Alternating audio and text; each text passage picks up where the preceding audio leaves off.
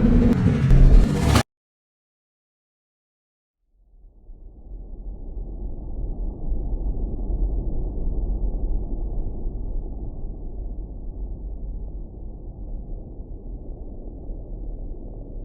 received a call at approximately 2 p.m. regarding 5 individuals that were lost and succumbing to the elements.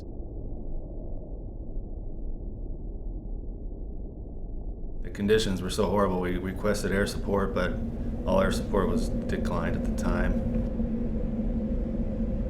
So we knew what we were getting ourselves into. Snow, some parts up to our knees.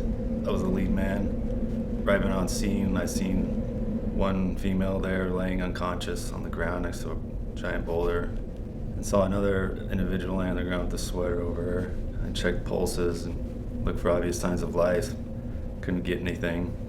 And then another individual, like almost sliding down a bush with their eyes open, making noises towards me. The terrain that we were in was too severe to safely carry the patient down the mountain, not to mention it would have taken too much time. We finally got a helicopter to arrive on scene. High winds, freezing cold temperatures, and it actually blew the helicopter around at 90 degrees. Okay, units use caution. There is a lot of border patrol. Those pilots tried as hard as they could, and when you hear on the radio that pilot says, "I'm sorry, team, we're not going to be able to do this," you just feel so hopeless. Half of our team, if not all of the team, was exhibiting signs of hypothermia. Unfortunately, after around 30 minutes, she succumbed to her illness and passed away. The look in her eyes, I see it when I look at my wife and my daughter, and it's hard.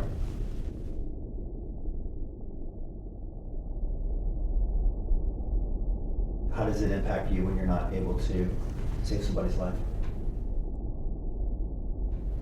It makes you angry, makes you very frustrated. But then I get in a different state of mind where what can I do to get myself ready for the next one where I can actually make a difference. You kind of forget about yourself. We were all numb from the waist down, and I couldn't sleep that night because my feet were in so much pain. So I had symptoms of frostbite. Throughout the whole course of the scene, we're fighting to do everything we can to save her life. Before we left the scene, I went to check for some IDs. Once I got back to the station and I opened it up and I learned that all 3 females were sisters. Somebody lost pretty much their whole family right there. During the course of the treatment, wrapped her in my jacket in an attempt to keep her warm, and one of my teammates put his beanie on her head. When she was pronounced deceased, it don't feel right removing those articles anymore. You know, even though she's gone, it just doesn't feel right. So we just left our clothing and our jackets and beanies there with her. Call 911 sooner rather than later so that you can get help. Because you don't know how long it's going to take to get you out. You don't know if a helicopter is going to be available to pull you out.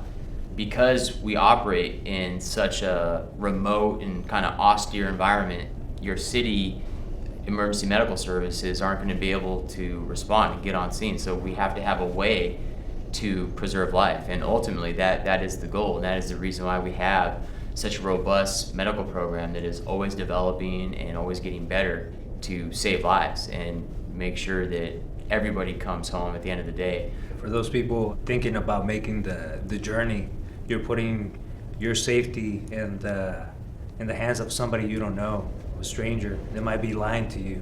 So make sure that you're prepared to make that decision and that your family is willing to accept the risk that you're going to put yourself through.